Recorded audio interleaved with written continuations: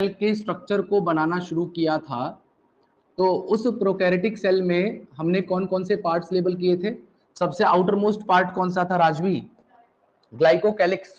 तो सबसे outer most layer थी ग्लाइकोकैलिक्स लेयर। तो इस ग्लाइकोकैलिक्स की दो फॉर्म थी बेटी, कौन कौन सी फॉर्म थी वो ग्लाइकोकैलिक्स की? हाँ, कैप्सूल और स्लाइम लेयर। बेटिया ये बताइए आप मुझे कि जो उसकी कैप्सूलर फॉर्म थी, उस कैप्सूलर फॉर्म का क्या फंक्शन था? वो टफ थी या लूज शीट की फॉर्म में थी? टफ लेयर थी। उसका काम क्या था? रिजिड तो थी, क्या कर रही थी वो?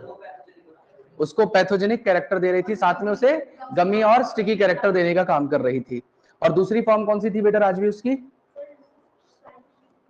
हाँ, लूज स्लाइम लेयर की फॉर्म में थी। और स्लाइम लेयर का काम क्या था बिटिया? हाँ, उसका काम था प्रिवेंट करना डेसिकेशन को और साथ में रिटेन करके रखना किसको? वाटर और न्यूट्रिएंट्स को रिटेन करने का काम था। चलिए, बहुत अच्छी बात है। तो हमने सबसे बाहर वाली लेयर बना दी जिसे मैं ग्लाइकोकैलिक्स कह रहा हूं। तो ग्लाइकोकैलिक्स की दो फॉर्म बताई थी, और याद रखना ग्लाइकोकैलिक्स वाले पार्ट से नीट में लेटेस्ट क्वेश्चन पूछा हुआ है। ग्लाइकोकैलिक्स की फॉर्म के बेसिस पे ही क्वेश्चन बना हुआ है, ठीक है जी। और जो मैंने आपको पढ़ाया उसी में से क्वेश्चन पूछा हुआ है। अभी सॉल्व करेंगे क्वेश्चन। कल मैंने एक भी क्वेश्चन नहीं करवा पाया था, आज मैं आपको कुछ क्वेश्चंस करवाऊंगा नीट के, और साथ में हम लोग कुछ एक्स्ट्रा क्वेश्चंस भी करेंगे। दूसरे नंबर पे हमने यहाँ पे क्लियर देखी थी जिसको क्या कहा था? Cell wall. Cell wall. तो दूसरी जो हमारी यहाँ पे स्ट्रक्चर है वो हो गया हमारा सेल वॉल। अब बेटा इस सेल वॉल का केमिकल कंपोजिशन क्या था? केमिकली किस चीज से बना होता? पेप्टाइडोग्लाइकन या म्यूरिन कहा था हमने। तो हमने सेल वॉल के बेसिस पे बैक्टीरिया को कितनी कैटेगरी में डिवाइड किया था? दो कैटेगरी में थे। कौन कौन से थे वो?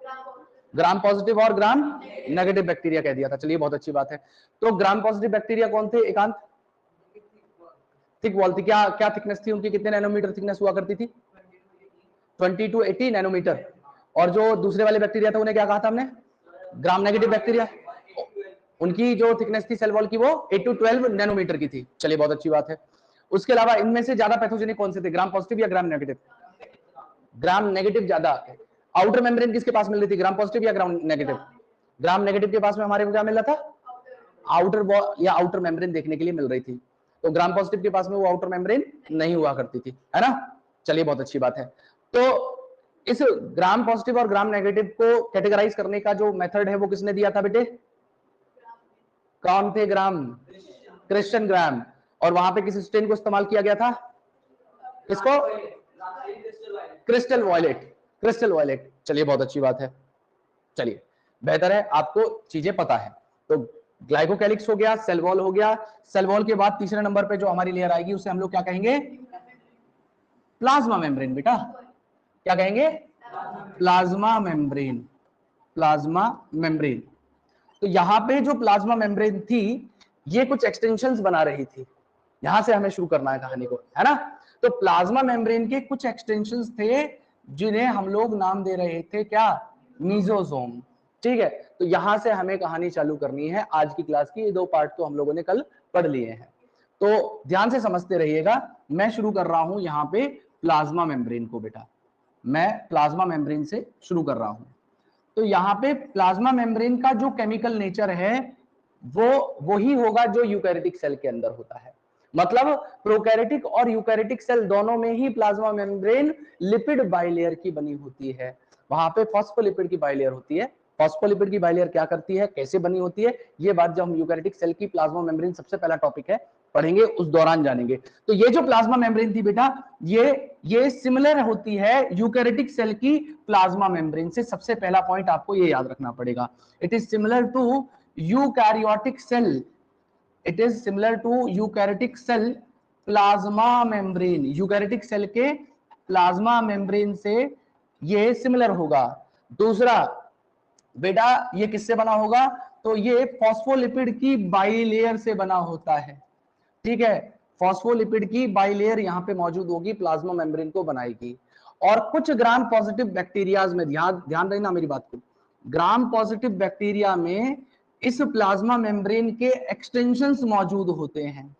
प्लाज्मा मेम्ब्रेन के एक्सटेंशंस मौजूद होंगे और वही प्लाज्मा मेम्ब्रेन के एक्सटेंशन कहलाते हैं मीजोसोम।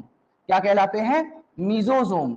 और यही मीजोजोम के मल्टीपल फंक्शन होते हैं। अब वो फंक्शन हमारे कौन कौन से होने वाले हैं उनको हम जानेंगे। तो यहां पे मैं लिख रहा हूं क्या, फंक्शन ऑफ मीजोजोम। मीजोजोम के क्या क्या फंक्शन हो सकते हैं। तो सबसे पहला फंक्शन बेटा मीजोजोम का ये होगा कि ये रेस्पिरेटरी एंजाइम्स को कंटेन करके चलता है। तो जिसके पास भी रेस्पिरेटरी एंजाइम होगा वो क्या करवाएगा, रेस्पिरेशन करवाएगा। तो सबसे पहला इसका काम है रेस्पिरेशन करवाना। कोई भी चीज बाहर रिलीज होगी या सिक्रीट होगी, उस सिक्रीशन में भी इन मीजोजोम का रोल होगा। ठीक है, तो रेस्पिरेशन में, सिक्रीशन में। तीसरा मैंने बताया था distribution of DNA content between the daughter cells, इसमें भी इसका काम होगा। मैंने कैसे बताया था आपको, डिस्ट्रीब्यूशन के लिए एक डायग्राम भी बना के दिखाया था मैंने, न्यूक्लियोकाइनेसिस साइटोकाइनेसिस दोनों करके दिखाए थे। तो यहाँ पे फंक्शन ऑफ मीजोजोम में मैं लिख रहा हूं सबसे पहला काम इसका होगा रेस्पिरेशन में। अब एक बात बताइए, इनके पास में माइटोकॉन्ड्रिया नहीं थी, तो ऑब्वियस सी बात है जब माइटोकॉन्ड्रिया नहीं है तो माइटोकॉन्ड्रिया की जगह कुछ तो होना चाहिए जो इनके पास में रेस्पिरेशन करे। तो this function is similar to mitochondria which is present in eukaryotic cell. तो मीजोजोम एक्ट एज, मतलब it basically function like mitochondria. मैं ये नहीं कहूंगा कि it is mitochondria, but it function like mitochondria. मतलब what mitochondria do in eukaryotic cell is done by this mesosome. ठीक है जी। अब दूसरी बात कर लेते हैं हम लोग, इसका काम होता है सिक्रीशन करने का। ठीक है, दूसरा काम है इसका सिक्रीशन का। तीसरा काम होता है इसका क्या करने का बेटा, डिस्ट्रीब्यूशन करवाना। ठीक है, या डिवीजन करवाना डीएनए कंटेंट का, of DNA between daughter cell. Daughter cells के बीच में डीएनए को डिवाइड करवाना भी इसका काम होता है। नेक्स्ट बात करें हम लोग, क्या होगा यहाँ पे, नेक्स्ट फंक्शन इनका होगा बेटा, ध्यान से समझिएगा मेरी बात को आप। नेक्स्ट फंक्शन इनका होगा मीजोजोम्स का कि they will increase the surface area. ये क्या कर रहे हैं, इंक्रीज कर रहे हैं सरफेस एरिया को। इसके लिए फॉर एंजाइमेटिक कंटेंट, इसके लिए एंजाइमेटिक कंटेंट को बढ़ाने के लिए ये सरफेस एरिया को इंक्रीज करते हैं। तो these all are the functions of mesosome बेटा, ये सारे के सारे फंक्शन होंगे किसके, मीजोजोम के। अब सिक्रीशन बेटा, जैसे ये ग्लाइकोकैलिक्स है, तो ये ग्लाइकोकैलिक्स किसी केमिकल से बना है, उस केमिकल को सिंथेसाइज सेल के अंदर ही तो किया जाएगा, बाहर ही थोड़ी सिंथेसिस हो सकता है। मेरी बात समझ पा रहे हो, कोई भी चीज, जैसे हमारी बॉडी में हेयर्स है, तो हेयर्स बाहर से थोड़ी आगे लगते हैं, अंदर से तो बाहर निकलते हैं। तो ऐसी सेल में अगर कोई बाहर चीज निकल रही है या कोई केमिकल कंपाउंड, सपोज करो ये म्यूरिन ही बनाना है, सेल वॉल की सिंथेसिस करानी है, तो म्यूरिन पहले सेल के अंदर सिंथेसाइज किया जाएगा, तभी तो बाहर सिक्रीट किया जाएगा, तभी तो वो डिपॉजिट होकर किसी एनवेलप की फॉर्मेशन करवा पाएगा। मेरी बात समझ पा रहे हो आप, चलिए बहुत अच्छी बात है। अब नेक्स्ट क्या होता है बेटा, नेक्स्ट अगर मैं बात करूं एक्सटर्नल अपेंडेजेस की, एक्सटर्नल अपेंडेजेस का मतलब होता है वो स्ट्रक्चर जो इसके बाहर आपको देखने के लिए मिलते हैं। तो मेन 3 अपेंडेजेस हैं, अपेंडेजेस मतलब तो एक्सटर्नली लगे हुए हैं। कौन कौन से, सबसे पहला जो उसकी मोटिलिटी के लिए रेस्पॉन्सिबल होता है उसे हम कहेंगे फ्लैजिला। क्या कहेंगे, फ्लैजिला। तो फ्लैजिला कहां से ऑरिजिनेट होता है बेटा, ध्यान से सुनना मेरी बात को आप। तो यहां से इसकी सेल वॉल वाले पार्ट से, यहां से आपको फ्लैजिला देखने के लिए मिलेगा। अच्छा, फ्लैजिला जरूरी नहीं है कि सभी के अंदर देखने के लिए मिले, केवल मोटाइल बैक्टीरिया के अंदर आपको फ्लैजिला देखने के लिए मिलेगा। जनरली बैक्टीरियाज में क्या होता है, फ्लैजिला एक एंड पे मिलता है। अब ऐसा नहीं है कि हमेशा एक ही एंड पे मिलेगा, बैक्टीरियाज को हम लोग कैटेगराइज कर देते हैं कई कैटेगरी में। कुछ ऐसे बैक्टीरिया होते हैं जिनमें फ्लैजिला नहीं होता, उन्हें हम लोग एट्राइकस बैक्टीरिया कहते हैं। एट्राइकस मतलब उनके पास फ्लैजिला नहीं है तो वो मोटिलिटी भी नहीं रखते होंगे, क्योंकि इसका काम मेनली किसमें है, मोटिलिटी को करवाने में। उसके अलावा कई तरीके की कंडीशन है, कुछ में आपको एक कंडीशन होती है जिसे कहा जाता है, चैप्टर 2 में पढ़ाया जाएगा, लोफोट्राइकस। लोफोट्राइकस में क्या मिलेगा, एक गुच्छे में, एक टफ्ट में फ्लैजिला इधर मिलेंगे, दूसरे टफ्ट में इधर मिलेंगे। एक कंडीशन होती है जिसपे पूरे सरफेस पे फ्लैजिला फैले होते हैं। लेकिन जनरली, मैं क्या बोल रहा हूं, जनरली बैक्टीरियाज में एक एंड पे आपको फ्लैजिला देखने के लिए मिलेगा। और इस फ्लैजिला का जो मेन रोल होता है बेटा, इस फ्लैजिला का जो मेन रोल होता है वो होता है किस चीज में, इनके लोकोमोशन को करवाने में, इनके लोकोमोशन को करवाने में। तो हम बात नेक्स्ट कर ले रहे हैं किसकी, बाहर वाले अपेंडेजेस की। ठीक है, आउटर अपेंडेजेस की। तो आउटर अपेंडेजेस में सबसे पहला पार्ट जो यहां पे होगा वो है बेटा फ्लैजिला। ठीक है, फ्लैजिला। अच्छा, एक बात याद रखना कि फ्लैजिला यूकैरियोटिक सेल के अंदर भी आपको मिलता है, यूकैरियोट्स के पास भी आपको फ्लैजिला देखने के लिए मिलेगा। गुड इवनिंग, गुड इवनिंग, बैठ जाइए, मैं पढ़ा रहा हूं सर अभी। ठीक है, बाद में बात कर लेंगे सर। ठीक है, तो मैं यहां पे बात कर रहा हूं फ्लैजिला की। तो फ्लैजिला यूकैरियोट्स में भी होता है, जैसे स्पर्म का नाम सुना होगा आपने, एक स्पर्म सेल होती है, मेल गैमेट है। तो जो मेल गैमेट स्पर्म बेटा उसमें भी फ्लैजिला है, लेकिन वो फ्लैजिला और ये जो प्रोकैरियोटिक सेल मतलब बैक्टीरिया के पास फ्लैजिला है, ये दोनों को बनाने वाली प्रोटीन अलग होती है। हालांकि देखिए फंक्शन दोनों का एक जैसा है, दोनों का काम ही है मोटिलिटी प्रोवाइड करना, लेकिन इस फ्लैजिला को बनाएगा फ्लैजिलिन नाम की प्रोटीन। इसे बनाएगी कौन? फ्लैजिलिन।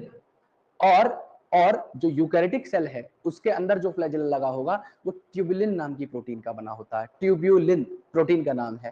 तो ये फ्लैजिला का मेन काम क्या हो गया? इसका मेन काम हो गया बेटा मोटिलिटी में। मोटिलिटी का मतलब इन बैक्टीरियाज को लोकोमोट करने में, एक जगह से दूसरी जगह पहुंचाने में ये फ्लैजिला काम कर रहे होंगे। और इनको बनाने के लिए कौन सी प्रोटीन होगी? तो these are made up of protein flagellin. ये फ्लैजिलिन नाम की एक प्रोटीन से बने होते हैं, ये फ्लैजिलिन नाम की प्रोटीन से बने होते हैं। ठीक है जी। अब यहां पे इस फ्लैजिला के स्ट्रक्चर की बात कर लेते हैं कि फ्लैजिला का स्ट्रक्चर कैसा होता है, ध्यान से समझिएगा। तो किसी भी फ्लैजिला के स्ट्रक्चर में आपको देखने के लिए मिलता है सबसे नीचे बेसल बॉडीज। बेसल बॉडी अभी बताऊंगा कहां होगा, स्ट्रक्चर भी ड्रॉ करना है आपको भी और मुझे भी। बेसल बॉडी के अलावा बीच वाला हिस्सा होता है जिसे हम लोग हुक कहते हैं, और तीसरा पार्ट होता है जिसे हम लोग फिलामेंट कहते हैं। फिलामेंट इसका सबसे लॉन्गेस्ट पार्ट होता है, इसका सबसे बड़ा पार्ट होता है फिलामेंट। तो ध्यान से देखिएगा कैसे होता है ये। सभी लोग एक मिनट के लिए लिखना बंद करेंगे और बोर्ड की तरफ देखेंगे। मैंने बोला क्या? सबसे अंदर वाली मेम्ब्रेन हो गई प्लाज्मा मेम्ब्रेन, उसके बाद में हो गई सेल वॉल, और ये आ गई आपकी आउटर मेम्ब्रेन। 3 मेम्ब्रेन हो गई, समझ में आ गया? अब यहां पे ये जो पार्ट लगा हुआ है इन मेम्ब्रेन में जो एम्बेड हो रखा है, ये वाला पार्ट होता है बेसल बॉडी का। इस बेसल बॉडी में 4 रिंग्स देखने के लिए मिलती हैं। कैसे? इस वाले पार्ट में आपको 2 रिंग मिलेंगी देखने के लिए, और इस वाले पार्ट में इन दोनों आउटर मेम्ब्रेन और सेल वॉल के बीच में आपको 2 रिंग देखने के लिए मिलेंगी। सबसे ऊपर वाली रिंग को कहते हैं एल रिंग, ये होती है पी रिंग, ये होती है एस रिंग, और ये वाली होगी एम रिंग। तो इन्हें टोटल कह देते हैं एलपीएसएम रिंग। तो ये जो पूरा पार्ट है जो बेसिकली किसके अंदर प्रेजेंट था? इन मेम्ब्रेन्स के अंदर एम्बेडेड था, उस पूरे के पूरे हिस्से को हम लोग बेसल बॉडी कह देते हैं। ठीक है, इसको हम लोग बेसल बॉडी कह देते हैं, मतलब ऑब्वियसली बात है ना, it is a basal part of flagella, तो बेसल बॉडी कह दिया। अब बेसल बॉडी के साथ में मैंने बताया क्या दूसरा हिस्सा था? हुक। क्या लगा हुआ था? हुक। तो ये हुक यहां पे ऐसे लगा दिया, तो ये बेसल बॉडी, ये बीच वाला हिस्सा हो गया हुक। और इसी हुक के साथ में यहां पे सबसे बड़ा पार्ट होता है क्या? फिलामेंट वाला, फिलामेंट वाला। तो ये होता है फ्लैजिला का स्ट्रक्चर। अब एक बात बताइए, कल हम लोगों ने ग्राम पॉजिटिव और ग्राम नेगेटिव बैक्टीरिया के बीच में डिफरेंशिएट किया था, तो आप बताएं ग्राम पॉजिटिव बैक्टीरिया के पास में आउटर मेम्ब्रेन प्रेजेंट थी क्या? नहीं प्रेजेंट थी। तो जब उनके पास में आउटर मेम्ब्रेन प्रेजेंट नहीं थी तो उनके पास में एल और पी रिंग प्रेजेंट होंगी क्या? नहीं होंगी। तो ग्राम पॉजिटिव बैक्टीरिया में केवल एस और एम रिंग मिलती है, और ग्राम नेगेटिव बैक्टीरिया के अंदर आपको एल पी एस एम चारों की चारों रिंग मिलेंगी। मेरी बात समझ पा रहे हो? तो जो कल हम लोगों ने डिफरेंस लिखा था उस डिफरेंस में एक डिफरेंस और जोड़ देना। हालांकि देखिए ये डिफरेंस मैं कल भी बता सकता था, लेकिन मैंने कल इसलिए नहीं बताया क्योंकि अगर मैं कल बताता तो पहले फ्लैजिला समझाना पड़ता, और हम लोग अंदर से बाहर से अंदर की तरफ बढ़ रहे थे, तो एकदम सारी चीजें नहीं बता सकते थे। हमने सबसे पहले क्या कंप्लीट किया था? ग्लाइकोकैलिक्स को, तो उसके बाद सेल वॉल पढ़ा, फिर प्लाज्मा मेम्ब्रेन को पढ़ा। अब मैं आपको सेल वॉल के बेसिस पे हमने कैटेगराइज कर दिया। अब सेल वॉल के बाद में आना था नंबर प्लाज्मा मेम्ब्रेन का, तो प्लाज्मा मेम्ब्रेन को छोड़ के मैं फ्लैजिला को थोड़ी पढ़ाने लग जाता। तो सीक्वेंस को बनाने के लिए मैंने ये बात कल नहीं बताई। मेरी बात समझ पा रहे हैं आप? तो अब यहां पे एक डिफरेंस और ऐड कर लीजिएगा ग्राम पॉजिटिव और ग्राम नेगेटिव बैक्टीरिया में। क्या कि ग्राम पॉजिटिव बैक्टीरिया के अंदर आपको केवल 2 रिंग मिलेंगी, कौन सी? एस और एम। और ग्राम नेगेटिव बैक्टीरिया जिसमें आउटर मेम्ब्रेन होती है उसमें चारों की चारों रिंग प्रेजेंट होंगी, एल पी एस और एम। क्लियर है मेरी बात? चलिए बहुत अच्छी बात है। तो अब आगे क्या होगा, ध्यान से समझिएगा मेरी बात को, आप ध्यान से समझते रहना। यहां पे मैं लिख भी दे रहा हूं, in gram positive bacteria there are only S and M ring in the basal body, and in the gram negative bacteria there are all the four L, P, S and M ring, चारों की चारों ring यहाँ पे मौजूद होंगी। Clear है मेरी बात सभी को? पक्का क्लियर है? चलिए बहुत अच्छी बात है। तो हमने नेक्स्ट पार्ट बना दिया क्या, फ्लैजिला वाला पार्ट। फ्लैजिला को भी हमने देख लिया। अब फ्लैजिला के अलावा एक्सटर्नल अपेंडेजेस में और क्या देखने के लिए मिलता है?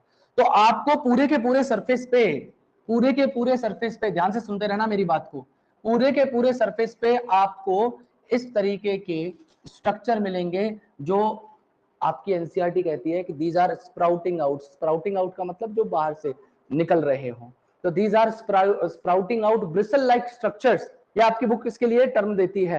तो ये जो ब्रिसल लाइक स्ट्रक्चर हैं इन्हें हम लोग नाम देते हैं फिम्ब्री। इन्हें हम क्या नाम देंगे? फिम्ब्री। फिम्ब्री न्यूमरस होते हैं, फ्लैजिला एक होगा हमेशा, याद रखना, एक एंड पे लगा होगा जनरली। फिम्ब्री पूरे सरफेस को कवर कर रही होगी। और इस फिम्ब्री का काम क्या होगा? तो बेटा इस फिम्ब्री का काम होता है किसी भी बैक्टीरिया को होस्ट की बॉडी से चिपकाना। जैसे सपोज करो यहां पे डेस्क के ऊपर अभी बहुत सारे माइक्रो ऑर्गेनिज्म होंगे, मतलब अभी दिख नहीं रहे बट होंगे, हवा में भी हैं। अगर माइक्रोबायोलॉजी के आप छात्र होते तो आपको दिखते भी, तो आप बेंच को भी पहले वाइप करते उसके बाद उसके ऊपर हाथ रखते, अगर आप माइक्रोबायोलॉजी को ढंग से पढ़ते तो यहाँ पे सपोज करो मैंने हाथ रखा, अब इससे कुछ सारे बैक्टीरिया रहे होंगे जो मेरे इस बॉडी से स्टिक करना चाह रहे होंगे, तो वो चिपकने के लिए जिस चीज का सहारा लेंगे या मदद लेंगे वो फिम्ब्री है। मेरी बात समझ में आ गई?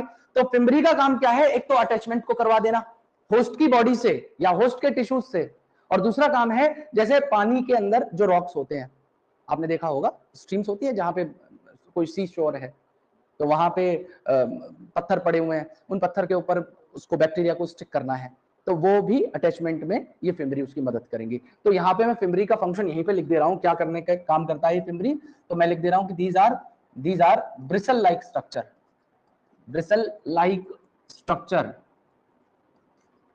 ब्रिसल लाइक स्ट्रक्चर, जिनका फंक्शन होता है क्या? इनका फंक्शन होगा they will help in attaching या attachment of bacteria to the host और to attach on rocks in stream. Stream में रॉक्स के ऊपर चिपकने में भी या अटैच होने में भी ये फिम्ब्री मदद करती है। क्लियर है मेरी बात आपको? चलिए अब फिम्ब्री हो गई, फ्लैजिला हो गया, एक और चीज है जो इसके पास में प्रेजेंट होती है और उस चीज को कहा जाता है पाइलाई। उस स्ट्रक्चर को हम लोग, कुछ लोग पीली पढ़ते हैं, मैं पाइलाई बोल रहा हूं, ठीक है जी, हाँ कुछ लोग इसे पीली पढ़ते हैं, तो पीली आप पढ़ सकते हो, आपके ऊपर है, मैं पाइलाई पढ़ूंगा जिंदगी भर। तो अब ये जो पीली था इसका काम क्या होगा, ध्यान से सुनिएगा बेटा। ये क्या करता है, बैक्टीरियाज में एक प्रोसेस है जिसे हम कॉन्जुगेशन कहते हैं। आज तक आप लोगों ने कभी सुना है कि बैक्टीरिया किस तरीके का रिप्रोडक्शन करते हैं? आप मुझे बता सकते हैं? वेरी नाइस, और बहुत बढ़िया, क्या हो सकता है? देखिए बैक्टीरिया जनरली आज तक आपने सुना होगा एसेक्सुअल रिप्रोडक्शन करते हैं। क्या करते हैं? Asexual reproduction. अगर मैं आज आपसे कहूं कि ये सेक्सुअल रिप्रोडक्शन जैसा ही मेथड करते हैं, लेकिन उस सेक्सुअल रिप्रोडक्शन में ना तो गैमेट बनता, ना फर्टिलाइजेशन होता, लेकिन वेरिएशन होता है, तो ये बात आपको गले से थोड़ा उतरेगी नहीं कि सर ना तो गैमेट बन रहा, ना दो पेरेंट्स की इन्वॉल्वमेंट हो रही, ना वहां पे गैमेट का फ्यूजन हो रहा, ना वहां पे जाइगोट बन रहा, फिर भी वेरिएशन कैसे आ सकता है? तो ऐसा मेथड जिसमें बिना गैमेट बनाए, बिना फर्टिलाइजेशन किए वेरिएशन आ जाता हो, उस प्रोसेस को हम पैरासेक्सुअल मेथड कहते हैं। उस मेथड को क्या कहते हैं? पैरासेक्सुअल मेथड कहते हैं। तो उसी पैरासेक्सुअल मेथड का एक टाइप होता है, उसी पैरासेक्सुअल मेथड का एक टाइप होता है जिसे हम नाम देते हैं कॉन्जुगेशन। कॉन्जुगेशन। अब इस कॉन्जुगेशन में क्या होगा, मेरी बात को ध्यान से सुनिएगा। देखिए यहां पे कॉन्जुगेशन के अंदर दो तरीके के बैक्टीरिया मैं आपको बताऊंगा। एक पहला बैक्टीरिया था, इस बैक्टीरिया के पास में एक प्लाज्मिड था, जिस प्लाज्मिड को एफ प्लाज्मिड कह रहा था मैं। प्लाज्मिड क्या होता है, कल मैंने आपको बताया था, extra chromosomal circular autonomously replicating double stranded DNA बताया था। तो ऐसे ही प्लाज्मिड के कई टाइप होते हैं, प्लाज्मिड के कई टाइप होते हैं। एक टाइप होता है जिसे कहा जाता है एफ प्लाज्मिड, एक होता है जिसे कहा जाता है आर प्लाज्मिड, एक टाइप होता है जिसे कहते हैं टी आई प्लाज्मिड। ठीक है, हालांकि मैं आपको एफ प्लाज्मिड और आर प्लाज्मिड के बारे में बता दे रहा हूं। टी आई प्लाज्मिड के बारे में क्लास 12th में पढ़ेंगे आप, चैप्टर नंबर 11 में। क्लास 12th का चैप्टर नंबर 11 है बायोटेक्नोलॉजी प्रिंसिपल्स। तो उसमें टीआई प्लाज्मिड का मेथड बताया जाएगा, एक बैक्टीरिया का नाम भी बताएंगे, एग्रोबैक्टीरियम, जो इन टीआई प्लाज्मिड को लेके चलते हैं। तो फिलहाल अभी मैं टीआई के बारे में नहीं बताऊंगा, एफ प्लाज्मिड और आर प्लाज्मिड के बारे में इस चैप्टर में कवर करने वाले हैं। तो ध्यान से सुनिएगा, अगर पूछना चाहते हो तो इसे ही बता सकता हूं, ऐसा नहीं है कि मुझे नहीं पता, बता सकता हूं, लेकिन यहाँ पे जरूरत नहीं है उसे बताने की, इसलिए मैं नहीं बता रहा हूँ, क्योंकि क्लास 12th में वो ऑलरेडी आएगा दोबारा, और वहां पे इसकी बहुत बड़ी एप्लीकेशन है और बोर्ड में बड़े बहुत सारे क्वेश्चन बनते हैं उससे। तो यहाँ पे एक बैक्टीरिया था, ये था बैक्टीरिया नंबर 1। इस बैक्टीरिया नंबर 1 के पास में एफ प्लाज्मिड था, ये एफ प्लाज्मिड है। तो जिसके पास में भी एफ प्लाज्मिड प्रेजेंट है उसको मैं कह रहा हूं एफ प्लस। और दूसरा यहां पे एक और बैक्टीरिया है जिसके पास में कोई भी फर्टिलिटी प्लाज्मिड नहीं है। तो जिसके पास में नहीं है उसे मैं नाम दे रहा हूं एफ माइनस, जिसके पास था एफ प्लस, जिसके पास नहीं है वो एफ माइनस। तो अब यहां पे क्या होगा, जो एफ प्लस वाला था, मतलब जिसके पास फर्टिलिटी प्लाज्मिड था, वो बेसिकली पाइलाई कंटेन करके चलता है, और ये पाइलाई की मदद से क्या करेगा, एफ माइनस वाले से अटैच कर जाएगा। और ये जो ब्रिज इनके बीच में बना है, ये वाला, इसी ब्रिज को हम लोग नाम देते हैं सेक्स पाइलस। इसी ब्रिज को हम लोग क्या नाम देंगे बेटा, सेक्स पाइलस। और सेक्स पाइलस के थ्रू क्या होगा, ध्यान से सुनना, मैंने आपको कल प्लाज्मिड की डेफिनेशन में एक टर्म यूज किया था, ऑटोनॉमसली रेप्लिकेटिंग। तो जो चीज ऑटोनॉमस मतलब खुद से रेप्लिकेट कर सकता हो, तो यहां पे क्या होगा, ये एफ प्लाज्मिड अपने एक और एफ प्लाज्मिड को रेप्लिकेट करके, रेप्लिका मतलब अपने जैसा एक आइडेंटिकल बना देना, रेप्लिकेट करके बना देगा। और जो रेप्लिका यहां पे बना, ये क्या करेगा, अनवाइंड करेगा, और अनवाइंड करने के बाद में इस सेक्स पाइलस के थ्रू इस बैक्टीरिया के अंदर पास ऑन हो जाएगा, और वहां जाके फिर ये एफ प्लाज्मिड बन जाएगा। और अब ये जो बैक्टीरिया था, जो कभी पहले एफ माइनस हुआ करता था, वो अब क्या हो जाएगा, एफ पॉजिटिव हो जाएगा। बेटा लिखना नहीं, एक सेकंड रुक जाइए, बस एक सेकंड दे दीजिए मुझे, मैं इसको कंप्लीट कर लूं, उसके बाद लिख लेना तसल्ली से जो भी लिखना हो। तो मैंने बोला parasexual method, no gamete formation, no fertilisation, but variation. कैसे आया वेरिएशन, तो ये जो डीएनए है, ये डीएनए तो है, ये डीएनए कभी इस बैक्टीरिया से बिलोंग ही नहीं करता था, ये तो इस बैक्टीरिया का था। लेकिन इस बैक्टीरिया ने क्या किया, इस डीएनए को इसके अंदर ट्रांसफर कर दिया। तो ना तो यहां पे देखिए गैमेट बना, ना फर्टिलाइजेशन हुआ, लेकिन इसके पास में नया डीएनए आ गया, और नए डीएनए को आने को ही तो वेरिएशन कह देते हैं, नया जेनेटिक कॉम्बिनेशन आने को ही तो वेरिएशन। जी बेटा,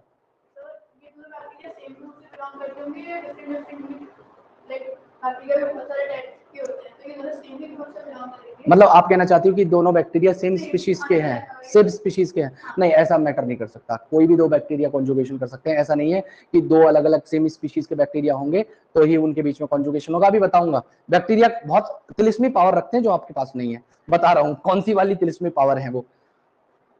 जिसके पास में एफ पॉजिटिव था या एफ प्लाज्मिड था, उनके पास में सेक्स पाइलस थी, तो ये इनके पास में पहले थी, इनके पास में थे था ही नहीं, तो सेक्स पाइलस नहीं थी। अब ये जब इसके अंदर गया होगा तो इसको ये यूनिक एक फिनोटाइपिक कैरेक्टर दे देगा। क्या फिनोटाइपिक कैरेक्टर देगा, ये भी अब सेक्स पाइलस बना लेगा, मतलब इसके पास भी पाइलाई आ जाएगी।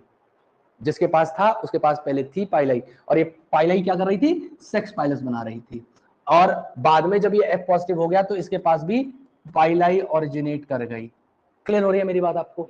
तो इस तरीके से हाँ डिटैच हो जाएगा, ऑब्वियसली बात है, जिनकी बर्फ है ना ट्रेन बना के चलते रहेंगे, ठीक है, ऑब्वियसली बात है डिटैच हो जाएगा।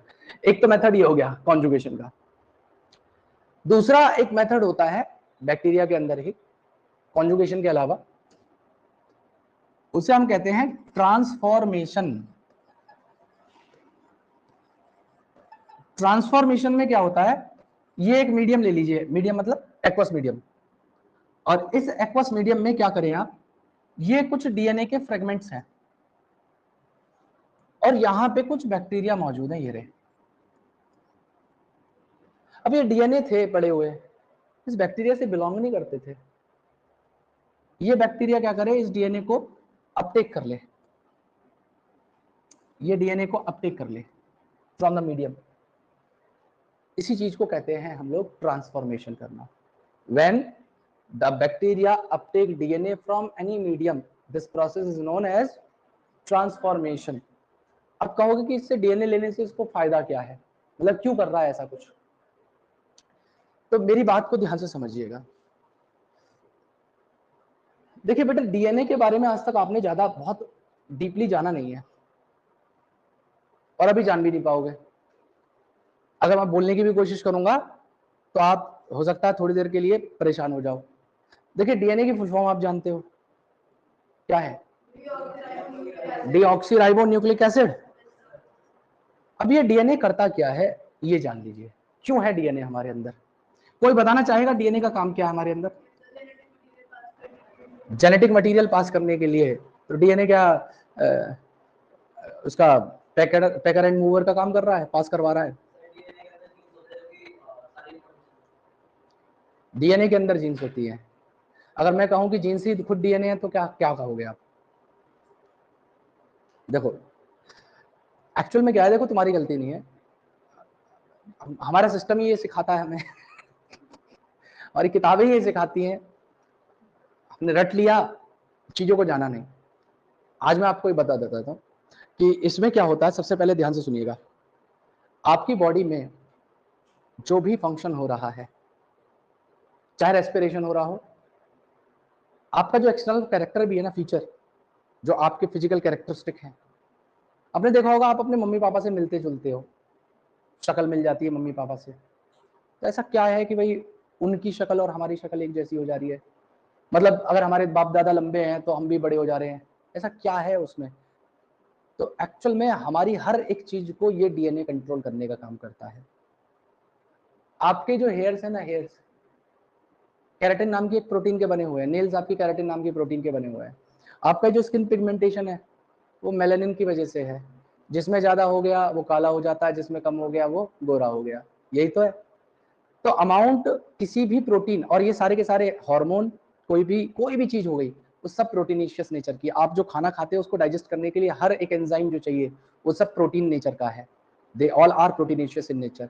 जितने भी हार्मोन्स है आपकी बॉडी में, ग्रोथ हार्मोन से लेके कोई सा भी हार्मोन जिसका नाम आपके दिमाग में आ रहा हो, मोस्ट ऑफ देम, मतलब 99% of them are proteinaceous in nature. उन सबको बनाने की इंफॉर्मेशन डीएनए रखता है। मतलब डीएनए के पास में वो इंफॉर्मेशन है, लेकिन डीएनए उसे बना नहीं सकता। डीएनए क्या कर सकता है? डीएनए अपनी जेनेटिक इंफॉर्मेशन को आरएनए को देता है। किसको देता है?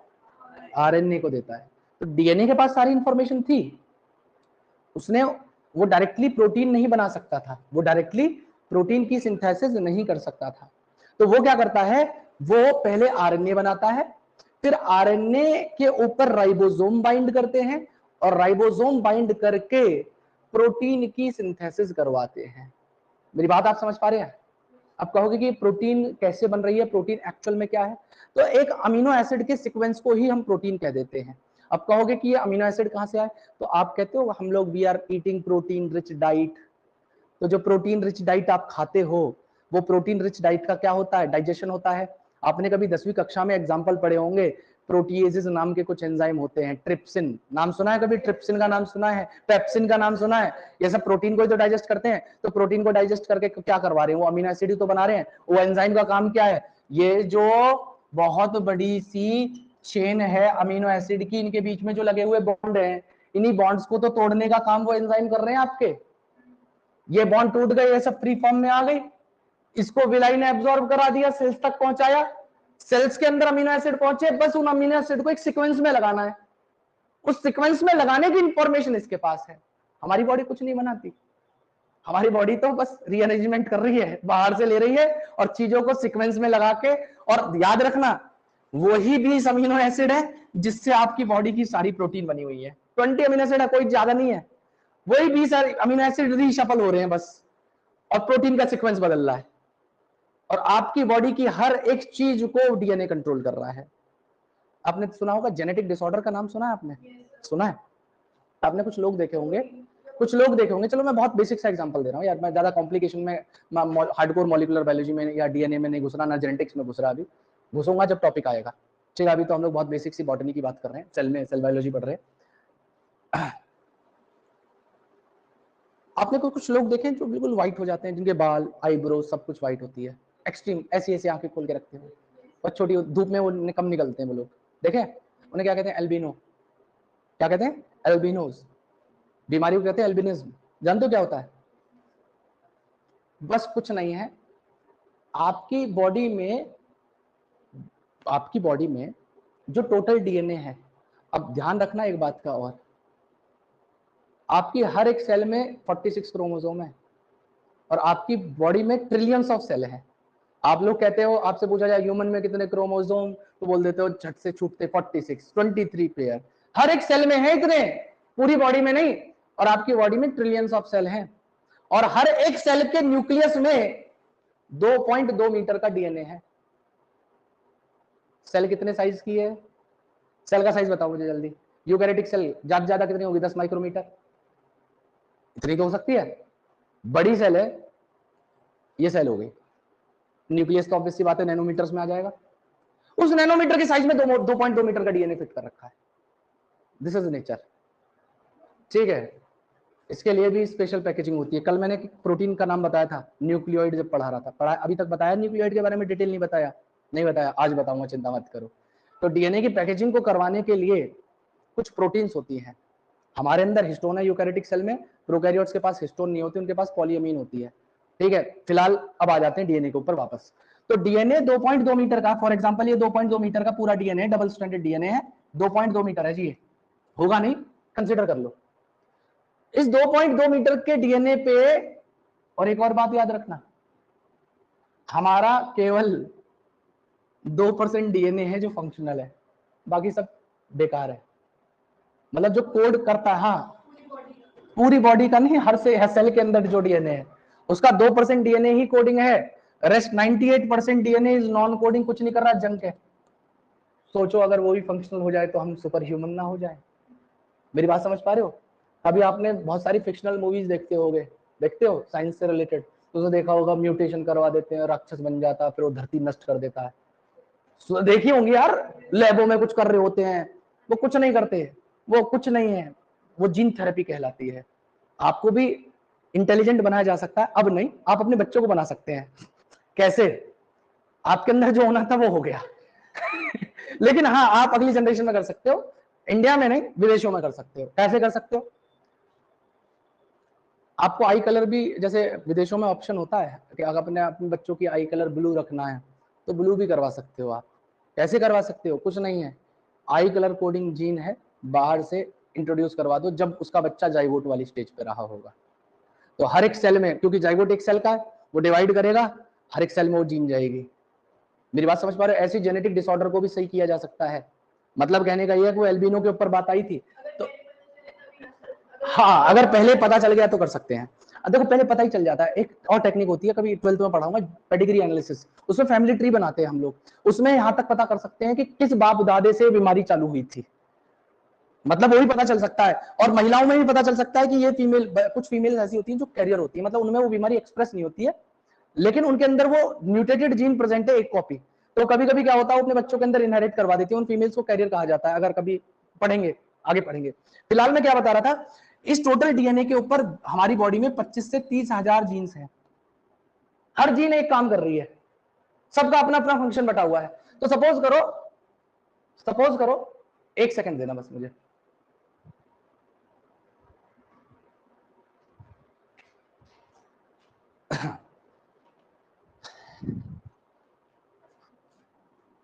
ये एक जीन थी, मतलब जीन कुछ नहीं है, segment of DNA is called gene. आप लोग आज तक पढ़ते आए हो कि जीन्स कैरी करते हैं, कुछ नहीं है, हमारे डीएनए का ही एक छोटा सा हिस्सा जीन कहलाता है। सिंपल सी बात है, segment of DNA is gene. अब ये जीन थी, ये कंट्रोल कर रही थी स्किन कलर को, मतलब ये बेसिकली क्या करती, ये आरएनए बनाती, ये आरएनए चल के मेलानिन को बनाने का काम करता है, ये मेलानिन ही प्रोटीन थी और ये हमारे स्किन पिगमेंटेशन को कंट्रोल कर रही थी। अब ये जीन क्या हो जाए, किसी कारणवश इस जीन में एक नाइट्रोजनस बेस बदल जाए। अब नाइट्रोजनस बेस क्या होता है ये छोड़ो, अभी बहुत गहराई में घुस जाएंगे, फिर बड़ा स्ट्रक्चर है उसका। उसमें क्या हुआ, म्यूटेशन हो गया, नॉन फंक्शनल हो गया वो डीएनए, मेलानिन बनना बंद हो गया। वही आदमी जिसमें मेलानिन नहीं बन रहा वो बिल्कुल व्हाइट हो जाएगा। तो यूरोपियंस जो है गोरे ऐसे नहीं है, वो एल्बिनोज है एक्चुअली। यूरोपियंस जो है ना वो एक्चुअल में कुछ नहीं है, वो उनके यहाँ धूप वूप नहीं पड़ती एक्चुअली। जितना आप ट्रॉपिक्स की तरफ बढ़ोगे, देखना इसकी भी एक कंडीशन है। ये कौन सी कंडीशन है, ये वाली इधर वाली कंडीशन को क्या कहते हैं हम लोग, जो ये अंटार्कटिका वाली कंडीशन पड़ती है, इधर तो टेम्परेट हो गया, ये ट्रॉपिक हो गया, इक्वेटर पे जो कंट्री बढ़ती है। तो जितना आप इक्वेटर की तरफ जाओगे उतने ही लोग आपको काले मिलते चले जाएंगे। जितने लोग आपको ऐसे एनवायरमेंट में, जैसे कश्मीर है, टेम्परेट कंडीशन में पड़ता है, धूप ही नहीं है यार, ये एक तरीके का मैकेनिज्म है। आपकी बॉडी सनलाइट की अंदर जो यूवी रेज है उससे बचने के लिए मेलानिन बना रही थी, बाकी कुछ जेनेटिक है। तो दो कंडीशन है जिसको बनाने के, एनवायरमेंटल फैक्टर्स भी हैं और कभी कभी जीन्स रेगुलेट होती हैं एनवायरमेंट की वजह से भी। मेरी बात समझ पा रहे हो आप? तो यहाँ पे कुछ नहीं होता। आप मेरे हिसाब से कुछ चीजें आपके दिमाग में क्लियर हुई होंगी डीएनए को लेके कि जीन कैरी करके चलता है। और हेरिडेटरी इंफॉर्मेशन क्या है, जो मैंने क्या बताया। अच्छा एक बात बताओ, हम सभी लोग पैदा होते हैं, हमारे हाथ या लिम्ब बड़ी यहीं से क्यों होते हैं, यहां से हाथ क्यों नहीं निकल जाता, आंखें यहीं क्यों आती है, यहां क्यों नहीं आती? इनके लिए भी कंट्रोल करने वाली जीन्स हैं, होम्योटिक जीन्स। होम्योटिक जीन्स कहते हैं इन्हें, होम्योटिक जीन्स। जिन लोगों की, जैसे एक जीन का नाम है साइक्लोबिया नाम रखा हुआ है जीन का, अगर उसमें म्यूटेशन हो जाए ना तो दो आई फील्ड नहीं बनते, उनमें एक आंख आती है बीच में सेंटर, वो बड़ी होती है, साइक्लोबिया। बहुत रेयर कंडीशन है, हो जाते बच्चे ऐसे पैदा। लिम्बड यहीं क्यों निकलता है, इसके पीछे भी एक मैकेनिज्म है, जेनेटिक कंट्रोल है हर चीज। आपकी बॉडी का भी फॉर्मेशन जो हो रहा है ना वो भी डीएनए कंट्रोल कर रहा है। और ये डीएनए कहां से आया, आपके पेरेंट्स से आया। आपके पेरेंट्स के अंदर डीएनए कहां से आया, उनके पेरेंट्स से, जनरेशन आफ्टर जनरेशन। तो वही है, इसीलिए जनरेशन आफ्टर जनरेशन आपके जो फीचर होते हैं वो पेरेंट्स से मिलते जुलते होते हैं। क्लियर हो रही है मेरी बात आपको कि हम लोग माँ बाप से क्यों मिलते हैं, क्योंकि डीएनए ही कंट्रोल कर रहा है हमारी हर एक चीज की फॉर्मेशन को, सब कुछ। और इवन जैसे सपोज करो हम लोग बूढ़े होते हैं, आप तो अभी जवान हो, मैं बूढ़ा हो गया, ठीक है, और टाइम बाद और बूढ़ा हो जाऊंगा, फिर एक टाइम बाद और हो जाऊंगा, एक टाइम आएगी कि जब मैं सेनी एज पे पहुंच के मेरी डेथ हो जाएगी, सबके साथ है। तो हम लोग बूढ़े क्यों होते हैं, मतलब अमर क्यों नहीं है कोई, वाई? सेल्स रीग्रो नहीं कर पाती। आपको एक और बात बताऊं, सेल डिवीजन भी डीएनए कंट्रोल करता है, सेल का डिवीजन भी डीएनए ही कंट्रोल करता है। और कभी कभी उन डीएनए में या उन जीन्स में म्यूटेशन होने के कारण कैंसर भी बन जाता है। तो cancer is also controlled by the DNA. जैसे कोई कहते हैं ना टबैको स्मोक कर रहे हो तो लंग कैंसर हो जाएगा, क्यों हो जाएगा भाई? उसके अंदर 300 तरीके के केमिकल है सिगरेट के धुएं में, वो केमिकल जाके क्या कर रहे हैं, डीएनए को म्यूटेट करते हैं, जिस वजह से उस सेल में वो डीएनए जो कंट्रोल कर रहा था कभी एक कंट्रोल्ड सेल डिवीजन को, वो डीएनए म्यूटेट होने के कारण सेल डिवीजन को कंट्रोल नहीं कर पाता, जिस वजह से सेल अनलिमिटेड डिवाइड करती हैं और अनलिमिटेड डिवाइड करने की वजह से वहां पे ट्यूमर बन जाता है और वही कंडीशन कैंसर कहलाती है। मेरी बात समझ पा रहे हो? तो cancer is also related to DNA. Tumour suppressor gene में म्यूटेशन होने को ही कैंसर कहते हैं। मेरी बात समझ पा रहे हो आप? मतलब आप कभी ब्रॉड डोमेन में देखो बायो को, तो आपको कभी रटना नहीं, रटोगे तो बायोलॉजी, देखो रटने वाली तो दुनिया ने कह रखा है कि बायोलॉजी रटने का सब्जेक्ट, रटने का नहीं है। मैं भी तो कहानी सुना रहा हूँ यार, कहानी है, अगर कहानी समझ में आ गई तो बायोलॉजी समझ में आ गई। हर एक चीज रेगुलेटरी। हाँ कुछ एग्जाम्पल्स हैं, कुछ जगह पे एग्जाम्पल्स हैं जो याद करने पड़ते हैं। देखो हम भी याद करते हैं, हमने भी करे थे, आज भी करते हैं, नहीं होते तो ट्रिक बनाते हैं, कुछ ना कुछ करते हैं। क्वेश्चन हमें लगाना है, हमें उतना कुछ सीखना है जिससे हमारे नीट के सारे क्वेश्चन बन जाएं। हमें देखो ना फालतू का ज्ञान लेना है, हाँ चीजों को समझ पाए उस एस्पेक्ट में हमें उस अप्रोच को जनरेट करना है बस दिमाग में, और तो कुछ नहीं है। कंपटीशन मतलब जो नॉर्मल बच्चे नहीं सोच पाते, जैसे सपोज करो आज आप बैठे हुए हो, आप एक बार बताओ, आज आज मेरी क्लास अटेंड कर रहे हो तो आज आपको कुछ नया पता चला, बहुत कुछ नया पता चला होगा। अब ये मुझे कहां तक पता चला भाई, मैं पीएचडी तक पढ़ाई करी, मैंने भी अपने कैंसर के ऊपर रिसर्च कर रखी है। मेरा जो काम था थीसिस का वो मैंने कैंसर के ऊपर करा, और उसके अलावा डीएनए के ऊपर मेरा मेन काम था। मतलब बहुत सारी चीजें हैं। तो जो एक्सपीरियंस मैंने 22 या 23 साल की या 24 साल की पढ़ाई का इकट्ठा किया है, उसी को तो मैं लैंग्वेज में बोल रहा हूं। अब कोई बच्चा बुक से पढ़ ले, रट लेगा, ईमानदारी से रट लेगा, लेकिन कभी कभी जब क्वेश्चंस आएंगे लगाने वाले, तो क्या होता है ना, कभी कभी क्वेश्चन होते हैं ना, कुछ तो होते हैं सीधे इंफॉर्मेशन बेस्ड, कुछ क्वेश्चन होते हैं तिगड़म वाले, कभी कभी 3-3 चैप्टर को मिला के क्वेश्चन बनता है, मिक्स क्वेश्चन बनाए जाते हैं। मतलब आपको अगर ये आता है तो आप रिलेट करोगे उसको, और उसे रिलेट करके फिर तीसरी चीज को रिलेट करके तब उस क्वेश्चन का ऑप्शन निकल के आएगा। और उस अप्रोच को जनरेट करना ही बेटा जरूरी है, वही अप्रोच होनी चाहिए आपको, और तभी आप कंपटीशन के क्वेश्चन, अगर इतना ही आसान होता तो हर तीसरा आदमी सड़क पे डॉक्टर मिला होता। मेरी बात समझना। तो आप 140 करोड़ की जनसंख्या में कुछ लाखों की संख्या में तुम्हें गिना जाना है, तो आपको उस हिसाब से काम करना पड़ेगा।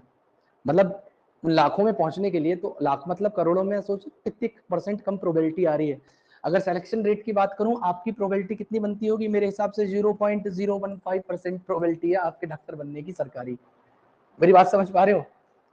तो आपको अगर इतने लोगों में या इतनी % लोगों में काउंट होना है, तो एक्स्ट्राऑर्डिनरी मेहनत करनी पड़ेगी, और एक्स्ट्राऑर्डिनरी नहीं करोगे तो नहीं हो पाएगा। ठीक है जी? क्या हुआ? इसका फोटो क्यों खींचना चाहती हो? क्या करोगी? ये सब पढ़ाऊंगा, डिटेल में पढ़ाऊंगा। ये तो बस एक छोटी सी बात बता रहा था मैं आपको, डीएनए समझाने के लिए। तो अब मेरे हिसाब से डीएनए को लेकर आपके दिमाग में चीजें कुछ क्लियर हुई होंगी। और अब आ जाते हैं, तो अब बताओ मुझे, मैंने बोला डीएनए आपके कैरेक्टर को कंट्रोल है, ऐसी बैक्टीरिया के अंदर भी तो जाके डीएनए कुछ करता होगा, कुछ ना कुछ फीचर देता होगा।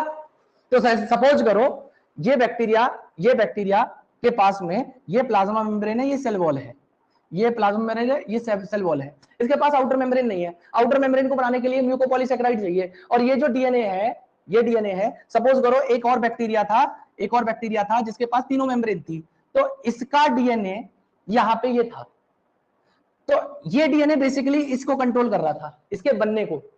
तो ये डीएनए इसने अपटेक कर लिया, तो क्या होगा, ये भी अब आर की इस बॉल को सिंथेसाइज करवा पाएगा। तो देख रहे हो बैक्टीरिया का टाइप ही बदल गया। ऐसे फिनोटाइपिक कैरेक्टर बदलता है। फिनोटाइप मतलब एक्सटर्नल कैरेक्टर को बदल लेना ही फिनोटाइपिक होता है। जीनोटाइप मतलब डीएनए। तो डीएनए जीनोटाइप पहले बदलेगा, फिनोटाइप बाद में बदलेगा। क्लियर है मेरी बात आपको? अभी तो बहुत कुछ है बताने के लिए, बहुत कुछ जानोगे, धीरे धीरे जानोगे। एक ही क्लास में मैं पूरी बायोलॉजी को एक्सप्लेन नहीं कर सकता, और मेरे हिसाब से मैं 2 साल भी कम पड़ जाएंगे, इतना कुछ है बताने के लिए, बहुत कुछ है बेटा। मतलब आपकी जो बायोलॉजी है ना, ये टोटल बायोलॉजी का मेरे हिसाब से 10% भी नहीं है। मतलब अगर आप ब्रॉड एस्पेक्ट में पढ़े तो, जब आप एमबीबीएस में जाएंगे तो वहां पे देखेंगे और बड़ा सिलेबस मिलेगा, एमडी करोगे तो और डीप में जाओगे। ठीक है? और विश्वास मानो जितना लिटरेचर सर्वे करोगे उतना आपको नया कुछ निकलेगा। मैंने तो बहुत किताबें पढ़ी है, तो मुझे पता है कि हाँ, खत्म नहीं हो सकता, कभी खत्म नहीं हो सकता, ये अनंत है, ऐसा समंदर है जिसमें जितने डूबोगे उतना ही और गहरे होते चले जाओगे। जी बेटा कुछ? हाँ बिल्कुल डिफरेंस है। एफ प्लाज्मिड ने तो इसको क्या कर दिया था, इसके पास में एफ प्लाज्मिड ने पाइलाई को लाने का काम किया था। आर प्लाज्मिड क्या करता है, ध्यान से सुनना मेरी बात को आप। आर प्लाज्मिड का काम होता है, दो बैक्टीरिया है, ध्यान से देखना इधर।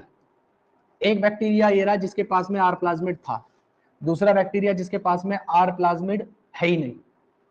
ठीक है जी? आर का मतलब है रेजिस्टेंस। क्या है? रेजिस्टेंस।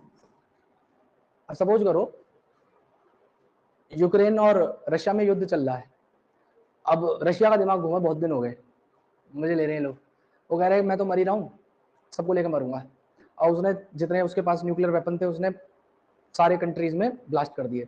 अब हम भी उसी वर्ल्ड का पार्ट है, तो एकदम आपने पता चला कि न्यूक्लियर ब्लास्ट हो गया, तो क्या एकदम आप, मतलब अगर आप न्यूक्लियर रेजिस्टेंट हुए तो आप उसके जो रेडिएशन है उन्हें काउंटरएक्ट कर पाओगे आपकी बॉडी, और आप रेजिस्टेंट नहीं हुए तो नहीं कर पाएंगे। तो ऐसे ही बैक्टीरिया है। सपोज करो एक चीज होती है जिसका नाम सुना होगा आपने कभी, एंटीबायोटिक्स, सुना है नाम? क्या होती है एंटीबायोटिक? क्या होता है? चलिए, बैक्टीरियल डिजीज जो होते हैं उनसे फाइट करने के लिए नाम में छुपा हुआ एंटी मतलब अगेंस्ट, बायोस मतलब लाइफ, तो against the life of bacteria जो मॉलिक्यूल बने वो एंटीबायोटिक। एंटीबायोटिक की डिस्कवरी बड़ी इंटरेस्टिंग है, मतलब एक चांस डिस्कवरी थी। चांस डिस्कवरी समझते हो कैसे?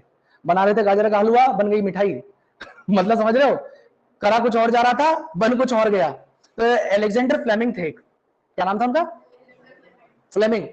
कुछ नहीं थे, वो लैब टेक्नीशियन थे, जैसे आप लोग यूरिन वूरिन का टेस्ट करते हैं लैब वाले, ऐसे ही थे बेचारे। वो टेस्ट करते थे, रिपोर्ट बनाते थे, डॉक्टर को देते थे।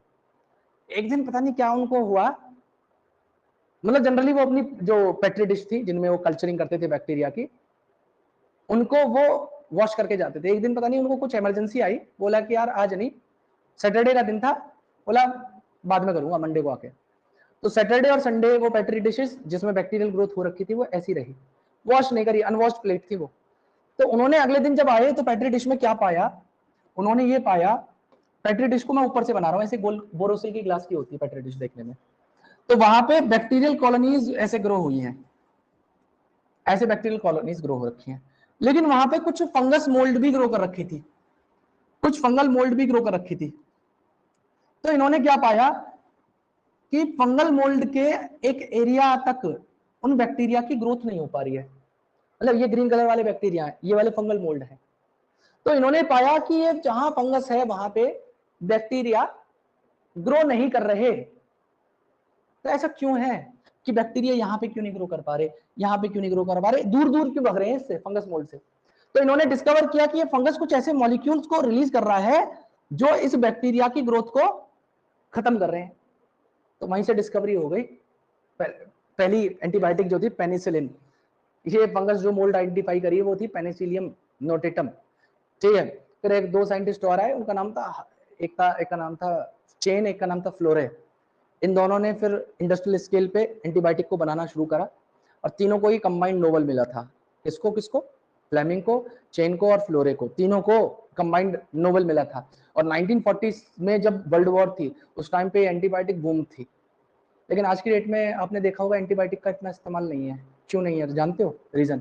और एंटीबायोटिक ज्यादा खाने के लिए मना क्यों किया जाता है? क्या हो जाते हैं? रेजिस्टेंट हो जाते हैं। ये बात इन्होंने बिल्कुल सही कही। मतलब कहने का ये है, ध्यान से सुनना मेरी बात को, आप हो, आपको बीमारी ऐसी थी नॉर्मल कॉमन कोल्ड टाइप की थी, कॉमन कोल्ड के लिए कोई दवाई खाने की जरूरत नहीं पड़ती, इसके सिम्टम अपने आप से 3 से 7 दिन में सब्सिडाइज हो जाते हैं। जैसे जुकाम हो जाता है आपको, तो राइनो वायरस होता है, बहुत वीक सा वायरस है जो आपको ये करता है, अपर रेस्पिरेटरी ट्रैक्ट को इन्फेक्ट करता है। आप अगर दवाई भी ना खाओ ना तो आपकी बॉडी अपने आप से खत्म कर देती है, आपकी डिफेंस मैकेनिज्म इतना मजबूत है। अब क्या होता है कि आप गलती से चले गए मेडिकल स्टोर वाले के पास, अब बेचारे उस मेडिकल वाले को अपना काम चलाना था, तो उसने तुम्हें डोज बना के दे दी बढ़िया वाली, उसमें एंटीबायोटिक भी लगा दी उसने। अब वो एंटीबायोटिक की रिक्वायरमेंट ही नहीं थी आपकी बॉडी को, वो तो क्या करेगा, जो आपकी बॉडी के इंटेस्टाइन का जो माइक्रोफ्लोरा है उसे भी इन्फेक्ट करेगा, मतलब अफेक्ट करेगा जाके, सॉरी, मतलब आपकी लार्ज इंटेस्टाइन में बहुत सारे बैक्टीरिया ऐसे हैं जो हमारे साथ में सिम्बायोटिकली एसोसिएटेड रहते हैं, हम दोनों मिलके काम चला रहे हैं, मतलब वो हमारे साथ खुश है, हम उनके साथ खुश हैं। मतलब आप कहोगे कि चलो वो बैक्टीरिया वो तो छोटे हैं, वो तो हमारी बॉडी से चलो फूड ले सकते हैं, हमें क्या फायदा है उन बैक्टीरिया से? डाइजेशन में, भाई डाइजेशन करने के लिए तो एंजाइम है, नहीं एब्जॉर्ब भी नहीं करवा रहे, वो एक ऐसी चीज बना रहे हैं जो हमें कहीं से नहीं मिलती, किसी फूड से नहीं मिलती, वो बैक्टीरिया बना रहे हैं। जानते हो विटामिन के और विटामिन B12, अगर ये दोनों ना हो ना तो आरबीसी ना बने, तो एंटीबायोटिक खाने से वो इंटेस्टाइन वाले बैक्टीरिया खत्म हो जाते हैं, ठीक है? ओहो, मेरी बात नहीं समझ पा रहे आप, अभी तो सप्लीमेंट बनने चालू हो गए, पहले जमाने में कौन सा आयरन सिरप मिलती थी कि वो कहता था कि कनीज जाओ मेडिकल स्टोर से खरीद के लाओ, तो पहले जमाने में थोड़ी थी, तो अब की बात है, अभी तो डिस्कवर हुई है सब चीजें, पहले जमाने में भी तो लोग जिंदा थे, तब उस टाइम पे क्या करते होंगे, एंटीबायोटिक भी नहीं रहती होंगी। तो ये बैक्टीरिया ही हमारे अंदर ऐसी बीमारी जो आरबीसी, देखो अगर कोई किसी के अंदर बैक्टीरिया मर गए तो ये दोनों नहीं रहेंगे, ये नहीं रहेंगे तो ये इसका प्रोडक्शन कम हो जाएगा, ऐसी बीमारी को कहते हैं पर्नीशियस अनीमिया, आरबीसी कम हो जाने को पर्नीशियस अनीमिया कहते हैं। मेरी बात समझ पा रहे हो? पर्नीशियस अनीमिया में आरबीसी कम बनेगी, थकान रहेगी, चेहरा पीला पड़ जाएगा, भाग नहीं पाओगे, चल नहीं पाओगे, 4 सीढ़ी चढ़ो तो बैठ जाओ, थकान हो जाएगी, सांस फूलने लगेगा। अनीमिया का ये तो सिम्टम्स है जी। तो वही पर्नीशियस एनीमिया, पर्नीशियस इसलिए नाम दे दिया क्योंकि बैक्टीरियल, इसके भी कई टाइप होते हैं एनीमिया के। एक होती है आयरन डेफिशिएंसी एनीमिया, एक होती है पर्नीशियस एनीमिया, एक और होती है सिकल सेल एनीमिया, टाइप है इसके भी। खैर, तो रेजिस्टेंस के ऊपर आ जाते हैं वापस। रेजिस्टेंस का मतलब क्या है? आपने एंटीबायोटिक डाली, ये रहा बैक्टीरिया नंबर 1, ये रहा बैक्टीरिया नंबर 2, दोनों के ऊपर एंटीबायोटिक डाल दी, तो जिसके पास में भी आर प्लाज्मिड या रेजिस्टेंट प्लाज्मिड होगा, इसके पास में एक ऐसी जीन है, उस जीन का नाम दे रहा हूं मैं एंटीबायोटिक रेजिस्टेंस जीन। क्या कह रहा हूं मैं इसे? तो ये एंटीबायोटिक रेजिस्टेंस जीन क्या करेगी? ये कुछ ऐसे मॉलिक्यूल्स को सिंथेसाइज करेगी जो इस एंटीबायोटिक के मॉलिक्यूल को काउंटरैक्ट करके न्यूट्रलाइज कर देंगे। मतलब कहने का ये एंटीबायोटिक इसका कुछ बिगाड़ नहीं पाएगी। मतलब ये बैक्टीरिया कितनी भी एंटीबायोटिक डालो सर्वाइव करेगा। अरे मेरी बात समझ में? और ये एंटीबायोटिक क्या करेगी?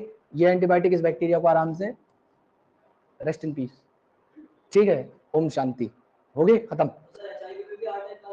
है जी, पहली बात तो एचआईवी बैक्टीरिया नहीं वायरस है, ठीक है। और वायरस का भी वो स्पेशल टाइप का वायरस है, उसे किसी से मतलब नहीं है ज्यादा, वो 2 ही सेल को इन्फेक्ट करता है, एक टी हेल्पर सेल, एक मैक्रोफेजेस। बताऊंगा कभी, बताने के लिए अभी बता सकता हूँ, क्लास खिंच जाएगी बहुत लंबी, ठीक है।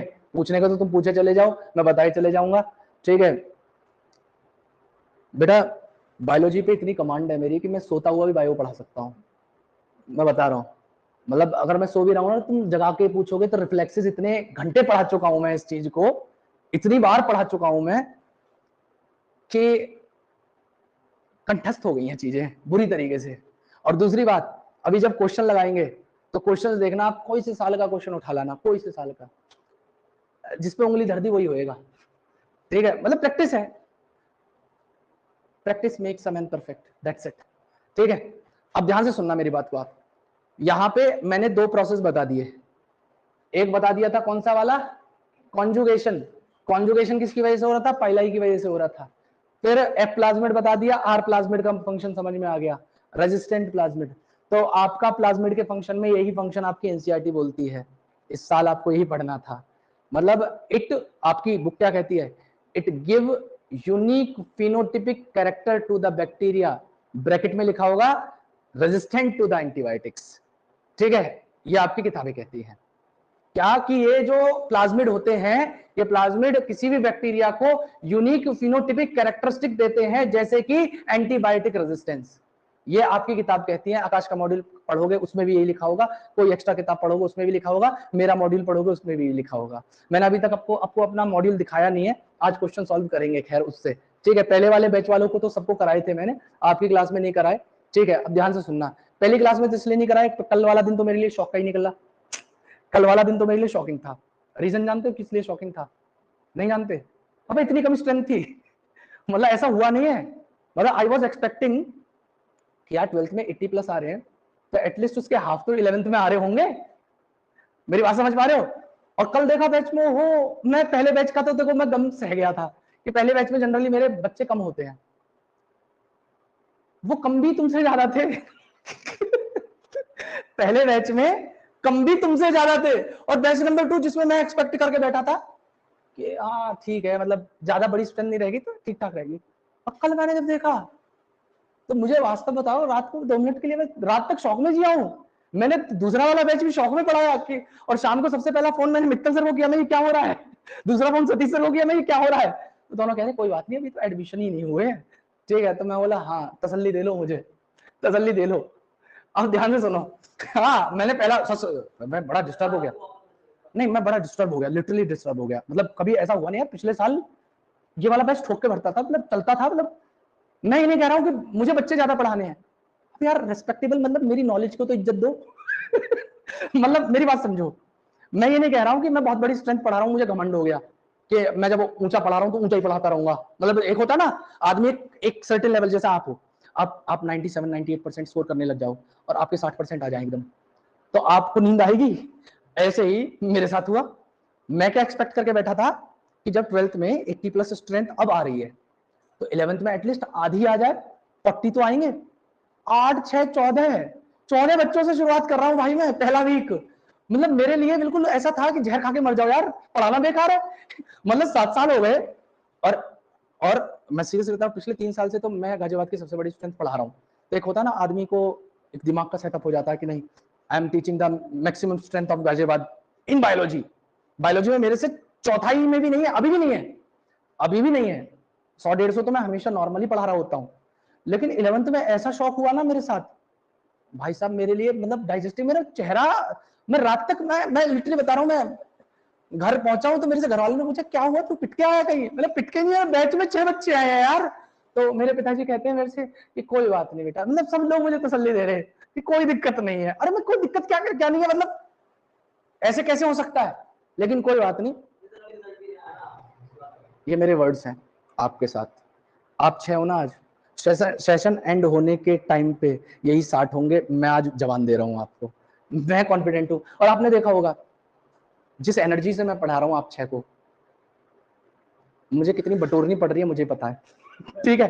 एक भरा बैच होता है ना, पढ़ाने में बड़ा मजा आता है, सीरियसली बता रहा हूँ, बड़ा इंटरेक्शन होता है, एक अलग ही माहौल बना हुआ होता है, आप डिलीवर कर रहे होते हो चीजों को ना, बच्चे देख रहे होते हैं, ये खाली, इधर खाली, इधर 3, इधर, अरे भाई मर जाओ, ठीक है। तो मेरे को बड़ी हिम्मत बटोरनी पड़ रही है पढ़ाने के लिए, लिटरली बता रहा हूँ, लेकिन मैं हार नहीं मानना, मुझे पता है।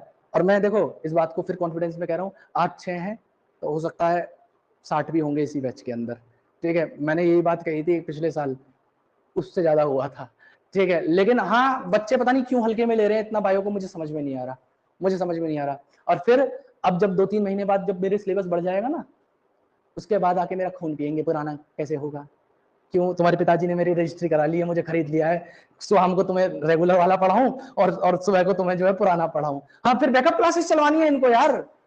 एक ही चीज को कितनी बार पढ़ा सकता है यार, एक पिक्चर को आप कितनी बार देख सकते हो, कितनी बार देख सकते हो, सच बताना। मैक्सिमम 2 बार, मैं अब तक 100 बार देख चुका हूँ। जो पढ़ा रहा हूँ इसी चीजों को कई 100 बार पढ़ा चुका हूँ, तो मेरे लिए भी ना एक ही चीज बड़े बोरियत सी होती है यार, एक ही बार, मतलब एक ही बात को कितनी बार डिलीवर कर सकते हो आप।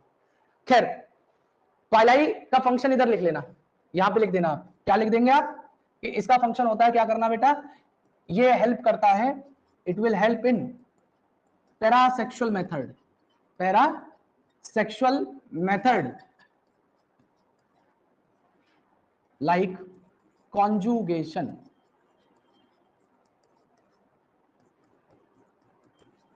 पाइलाई form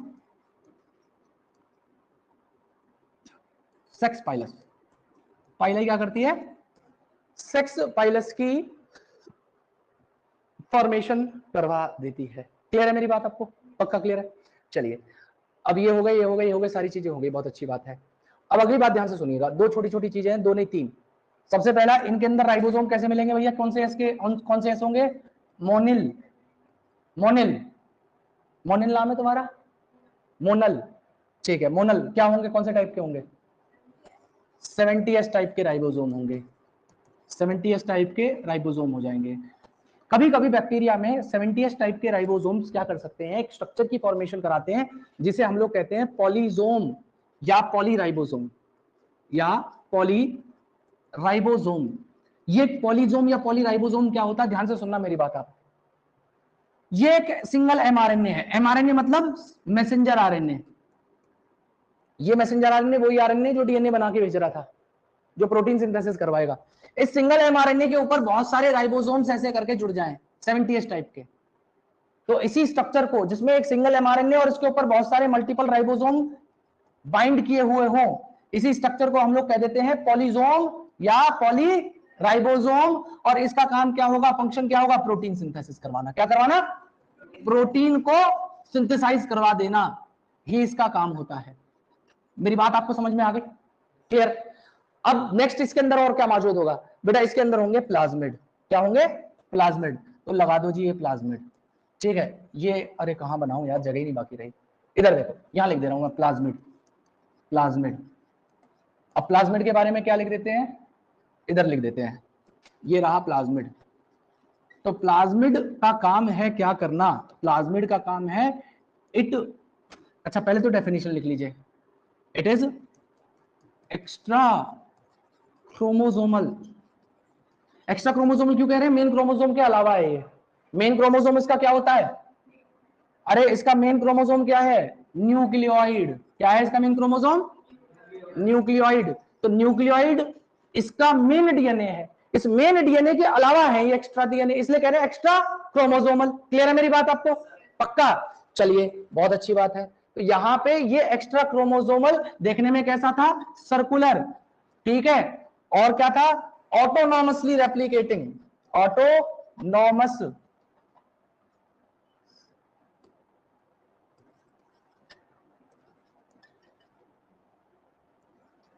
replicating double standard DNA. DS मतलब है डबल स्टैंडर्ड। इसका काम क्या है? फंक्शन क्या है इसका? फंक्शन है it provide unique phenotypic character to the bacterial cell। और इसी बात को पूछा गया है नीट 2018 में, इसी के ऊपर क्वेश्चन बना हुआ है, ठीक है जी। नीट 2018 में एक और क्वेश्चन बना था, आज मैंने बताया था ग्लाइकोकैलिक्स के ऊपर, नीट पीवाईक्यू में बना हुआ है, इस बात के ऊपर भी क्वेश्चन बना हुआ है नीट में, ठीक है जी। यहां तक की बात समझ में आ गई आपको? अब नेक्स्ट सुनिए, हम लोगों ने न्यूक्लियोइड लिख दिया। अच्छा, न्यूक्लियोइड किससे बना हुआ है? तो आओ इसे भी लिख लेते हैं। प्लाज्मिड हो गया, न्यूक्लियोइड। न्यूक्लियोइड क्या करता है? ये रिप्रेजेंट करता है इसके इकलौते क्रोमोसोम को। It represent it's single chromosome, single chromosome. अब देखिए एक बात बताइए मुझे आप, इसके पास में न्यूक्लियर मेम्ब्रेन प्रोकैरियोटिक सेल है, होगी नहीं? नहीं होगी। तो ये जो डीएनए था ये तो फैल जाना चाहिए था, ऐसे स्कैटर हो जाना चाहिए था अंदर। स्कैटर क्यों नहीं हो रहा? स्कैटर इसलिए नहीं हो रहा क्योंकि इसको एक ही जगह पे बांध के रखने के लिए कुछ प्रोटीन होती है, और वो प्रोटीन पॉलीअमीन कहलाती है। वो पॉलीअमीन कहलाती है। वो कैसी होती है? मतलब डीएनए जो होता है सभी का, इस धरती पे जो भी जगत ब्रह्मांड में डीएनए लेके चल रहा है, उस सबका डीएनए नेगेटिव चार्ज है। क्यों? उसके पास फॉस्फेट ग्रुप होता है, बताऊंगा 12th के अंदर। और ये प्रोटीन जो होती है ये पॉजिटिव चार्ज की होती है। तो ये पॉजिटिव चार्ज की प्रोटीन के साथ में नेगेटिव चार्ज का डीएनए मिलकर एक जगह पे स्टैटिक नहीं प्रेजेंट होता है, इस वजह से वो पूरी सेल में फैल नहीं जाता। क्लियर हो रही है मेरी बात आप? तो ये न्यूक्लियोइड कैसे बना है? ये बना है नेगेटिव चार्ज डीएनए के साथ में जुड़ के पॉजिटिव चार्ज प्रोटीन, जिनको मैं कह रहा हूं क्या? पॉलीअमीन, जिन्हें मैं नाम दे रहा हूं पॉलीअमीन। ये न्यूक्लियोइड का स्ट्रक्चर बना लेता है, ये इसका मेन है। और ये न्यूक्लियोइड को not covered by any envelope, है ना, ये किसी भी एनवलप से कवर्ड नहीं है, बाय एनी मेम्ब्रेन कह लीजिए आप तो ज्यादा बेहतर है, ठीक है। न्यूक्लियर मेम्ब्रेन यहाँ पे नहीं होगा। अब लास्ट दो चीजें बची हुई हैं। कुछ बैक्टीरियाज के अंदर रिजर्व फूड स्टोर करने के लिए एक चीज प्रेजेंट होती है जिन्हें कहा जाता है इंक्लूजन बॉडीज। क्या कहते हैं? Inclusion bodies. Inclusion bodies non membrane bound structure, इनके चारों तरफ कोई भी मेम्ब्रेन नहीं होती है, ठीक है। और इनका काम मैंने क्या बताया? रिजर्व फूड को स्टोर करना। तो ये बना दी मैंने ये छोटी छोटी नॉन मेम्ब्रेन बाउंड, क्या कह रहा हूं इन्हें मैं? Inclusion body. Inclusion body. आपने कभी जिंदगी में नहीं सोचा होगा कि बैक्टीरिया इतना बड़ा खून पी सकता है, इतनी सारी चीजें बैक्टीरिया में हम पढ़ सकते हैं, ठीक है जी। बैक्टीरिया बहुत डिटेल्ड है। और बेटा आप तो आज ही आई हो, ये 3 में और बड़ा खून पिया गया था कल, अभी तो हमने, आज तो तुमने यहां से आई हो, ये तीनों तो मिस कर दिए, तो कल ये हुआ था केवल, ठीक है। अब ध्यान से सुनना मेरी बात को आप। तो मैंने क्या कह रहा हूं, नेक्स्ट मैं बता रहा हूं किसके बारे में? इंक्लूजन बॉडीज के बारे में।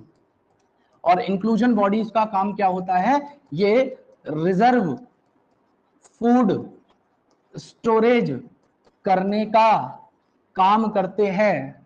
और इनके एग्जाम्पल हैं कैसे? फॉस्फेट ग्रेन्यूल, दूसरा साइनोफाइसियन ग्रेन्यूल, तीसरा साइनोफाइसियन ग्रेन्यूल, फॉस्फेट ग्रेन्यूल, तीसरा होता है इसके अंदर ग्लाइकोजन ग्रेन्यूल, ठीक है। और एक चीज याद रखना, ये नॉन मेम्ब्रेन बाउंड हैं, ठीक है। इनको बाउंड करने के लिए कोई मेम्ब्रेन प्रेजेंट नहीं होगी। आ रही है बात समझ में? और एक बता रखा है इन्होंने, एक ग्रेन्यूल का नाम ले रखा है जिसका नाम है poly beta hydroxy butyrate granule, ये जो होती है ये यूनिट मेम्ब्रेन बाउंड होती है, ये यूनिट मेम्ब्रेन बाउंड होती है। अब कहोगे कि यूनिट मेम्ब्रेन क्या होती है, तो बेटा प्लाज्मा मेम्ब्रेन जो बनी होती है ना, इधर देखिए सभी लोग, प्लाज्मा मेम्ब्रेन में इस तरीके से दो फॉस्फोलिपिड की बाइलेयर होती है, ठीक है जी। तो इसे हम लोग कह देते हैं, ये जो है ये लिपिड बाइलेयर है। अब सपोज करो कोई मेम्ब्रेन केवल एक लेयर से बनी हो, इससे ये वाली वहां पे मौजूद ना हो, तो उसे यूनिट मेम्ब्रेन कह देते हैं। क्लियर हो रही है मेरी बात? तो poly beta hydroxy butyrate granule जो होता है उसके चारों तरफ मेम्ब्रेन, जैसे इनमें क्या था, मेम्ब्रेन थी नहीं, इनके पास मेम्ब्रेन है लेकिन इनकम्प्लीट आधी सी मेम्ब्रेन मौजूद है। क्लियर है मेरी बात? है जी बेटा। देखो जनरली प्लाज्मा मेम्ब्रेन या मेम्ब्रेन जो बनी होती है लिपिड बाइलेयर से बनी होती है, दो लेयर है। मैंने कहा यूनिट मेम्ब्रेन मतलब इसके पास में ये है ही नहीं, एक लेयर से बनी हुई है। क्लियर है? इसे कहते हैं यूनिट मेम्ब्रेन। और कुछ बैक्टीरियाज के पास में, कुछ बैक्टीरियाज के पास में जो है गैस वैक्यूल होते हैं, गैस वैक्यूल होते हैं।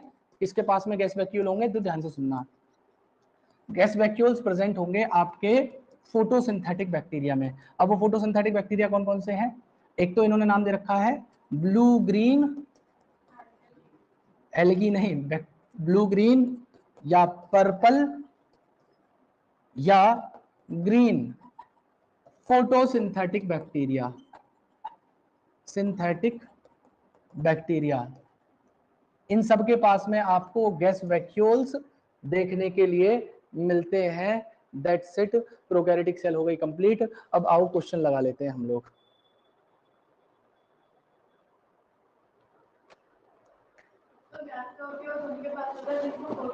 हाँ हाँ, जो फोटोसिंथेटिक बैक्टीरिया उनके पास ही गैस वैक्यूल होंगे। अब देखो आपके पास में ना तो मॉड्यूल है, खैर ये मॉड्यूल्स मैं तभी प्रोवाइड कर पाऊंगा जब आपके फीस सबमिशन हो जाएगा, ठीक है। तो जब आपके हाथ में किताब होगी तो मैं केवल ये कहता हूँ पेज नंबर खोलो, क्वेश्चन नंबर खोलो, सीधा वहीं पे हो जाता क्वेश्चन। लेकिन तब तक के मीन टाइम के लिए कुछ क्वेश्चंस हैं जो मैं आपके सामने लिख रहा हूं, आप मुझे जवाब देंगे, ठीक है। तो क्वेश्चन है आपका,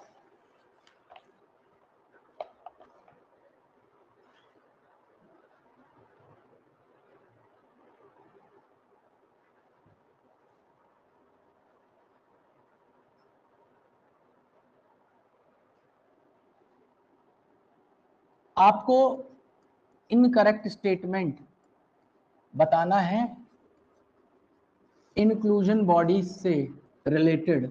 ये क्वेश्चन नीट 2020 में पूछा गया है, 2020 में ये क्वेश्चन पूछा गया है। तो क्वेश्चन है, आप ऑप्शन है आपके, पहला ऑप्शन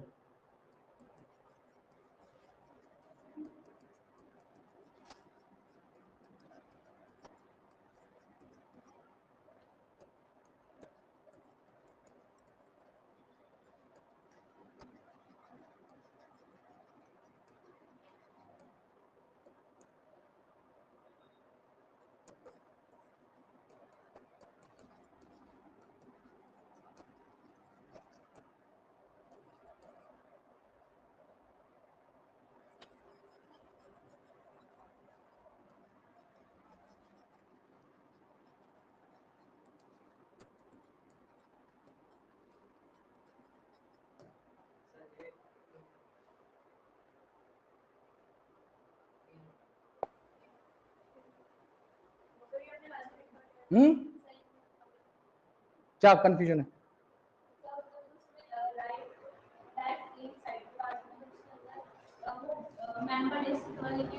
हाँ दे आर फ्रीली लाइव मतलब वहीं पे मौजूद है, फ्री है, बिल्कुल फ्री है, बिल्कुल यही है।